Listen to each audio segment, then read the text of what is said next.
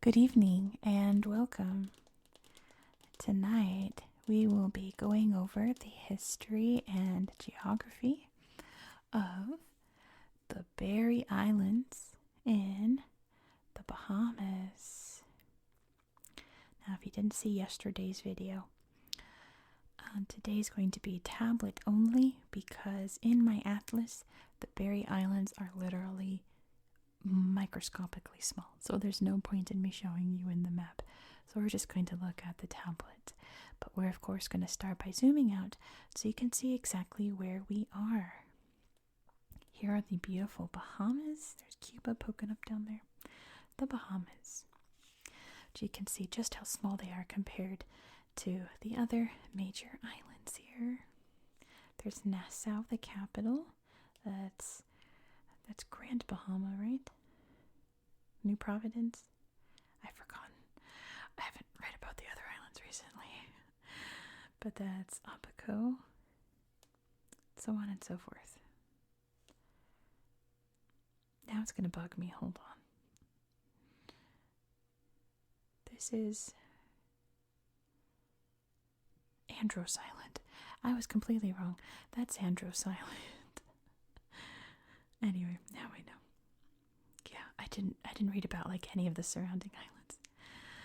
But yeah. The Berry Islands. Wait, I forgot to show you where the Bahamas are. The Bahamas are located. You can see here's Florida in the United States. There's Cuba down here. And the Bahamas are located here, and they're pretty easy to find if you're looking at a satellite map because you can see the coral from space. See all the beautiful blue around it?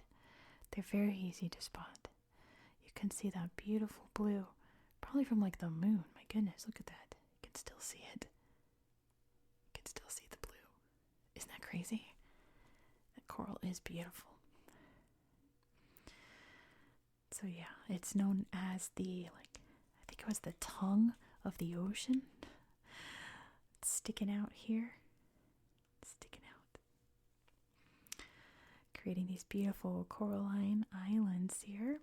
There are about 30 keys here, which keys are these major islands. You can see there's a little harbor key, there's Hoffman's Key. Now there is a debate, and I think it's mainly where I live in the US where we can't pronounce anything, if this is K or key, because we spell key like here the Florida Keys. We spell it K-E-Y. There's Key West, But here they spell it C-A-Y, which is pronounced key, but in the U.S. we say K. And I think in the U.S. it's okay to say K, but just know if you ever visit here, they're going to say key. And that becomes a hot topic because this one. Most of these islands are privately owned. As you can see, this one, Coco Key, is owned by Royal Caribbean, and they've built this massive water theme park. And they call it, I didn't write down its name. It's like a beautiful day at Coco Cay. Something like that. Which of course doesn't make sense because it's pronounced key, but it's either or. It's tomato, I think. This does look like a lot of fun. I love me a water park. But apparently it also has the tallest water park in water slide in North America, which I do like water parks. I don't like heights, so I don't think I would ever want to experience that. I wonder if it's over here. Do you see? I'm not sure. But yes, most of these islands are private. You can see the cruise ships here. Aren't they insane? My goodness. They're not all gussied out like this, but they are owned by just private people or by cruise lines like, I want to say, was it Great Stirrup? Yeah, Great Stirrup. This is owned by Royal Norwegian. so on and so forth. There's a snorkel garden. Snorkel sculpture garden, say that 10 times fast. Where you can go snorkeling and see some cool art that over time gets slowly turned into little reefs and habitats for the fishies, like this ray here. And of course for the coral. That's fun.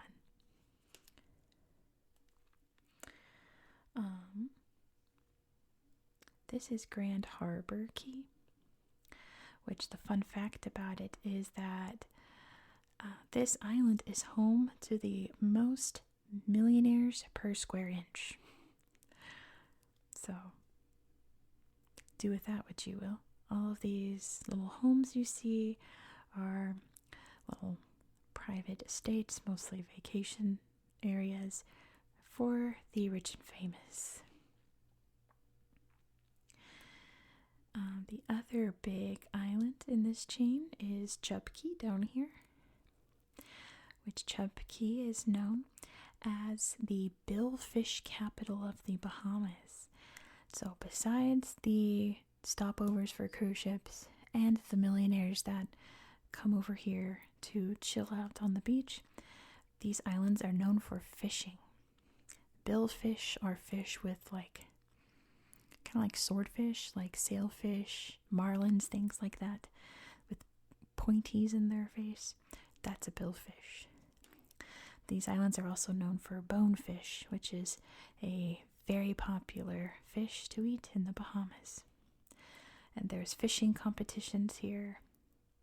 Chub Key, I want to say, is also privately owned, but there is a little resort there, and yeah, I want to say the main residential one is Grand Harbor, where there's actually like a town, like some 700, 800 people.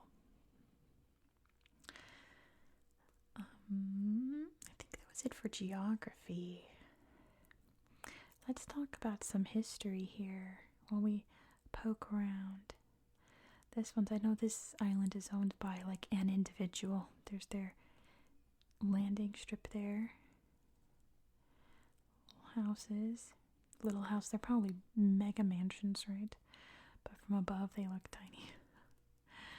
They built the road all the way down. So the first inhabitants of these islands would have been wreckers. Which it's not as ominous as it sounds. Wreckers were people who would, well, that's fun down there, little community for rich people. They would hide out and wait for ships to get wrecked, which happened quite often in these islands, and they would loot them, and that's how they made their living.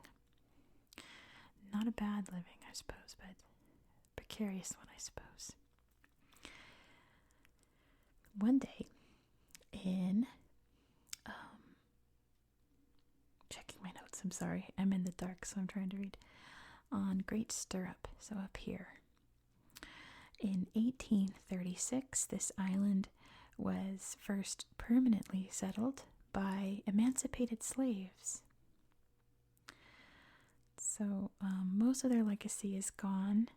I think it's just this old lighthouse that's left, which is painted for Royal Caribbean, for Norwegian cruise lines.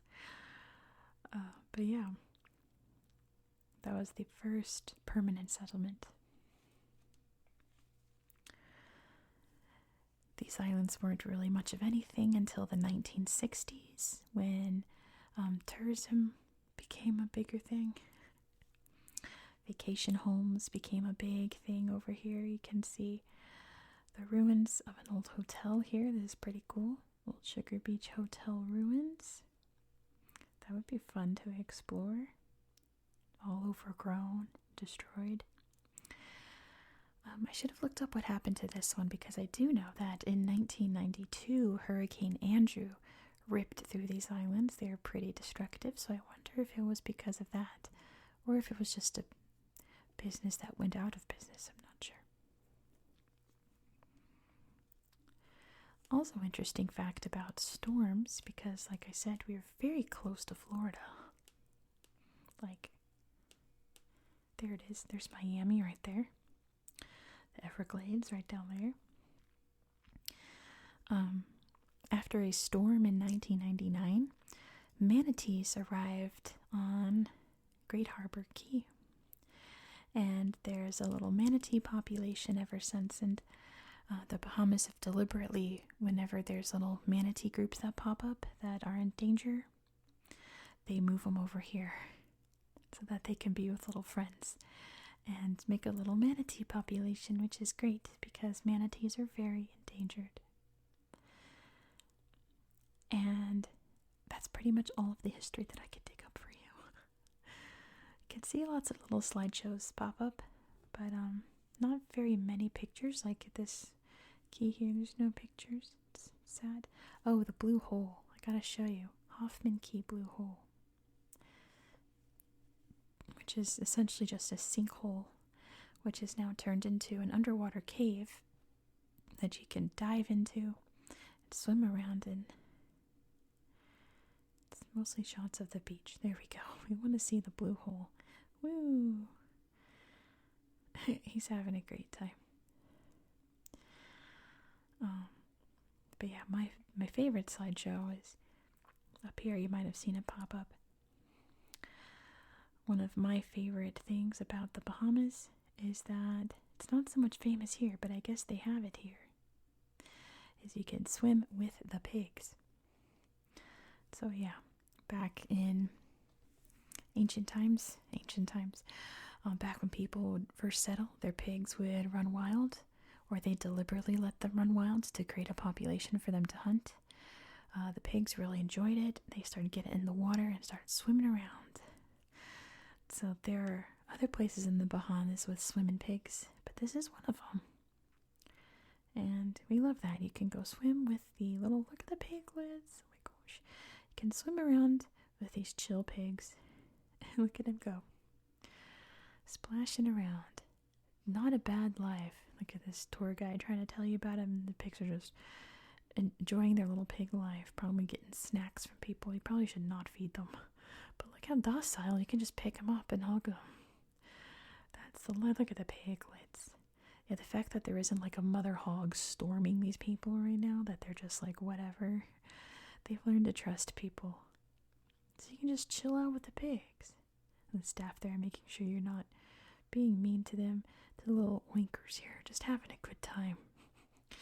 Just being little sweet piggies in the Bahamas. What a life. That's how I'd like to be reincarnated, I suppose. A pig in the Bahamas. Not a bad life. So yeah, that is about all that I have for you. See, like even this, Great Harbor plane wreck. No pictures. Not a lot of pictures, but that is because most of these islands are private. And they don't want you taking pictures. They're not going to upload pictures of their private property, so. Oh well, that's okay. Do you think there's any down here? Let's look at the resort, I suppose. See, there's a billfish. Pretty crazy looking fish. But yeah, all fancy. I'm sure that there's plans for more fancy spots like these on the islands. Ooh, some calamari. Steak. Fish. Steak. Sliders. Anyway, that's about it that I have for you.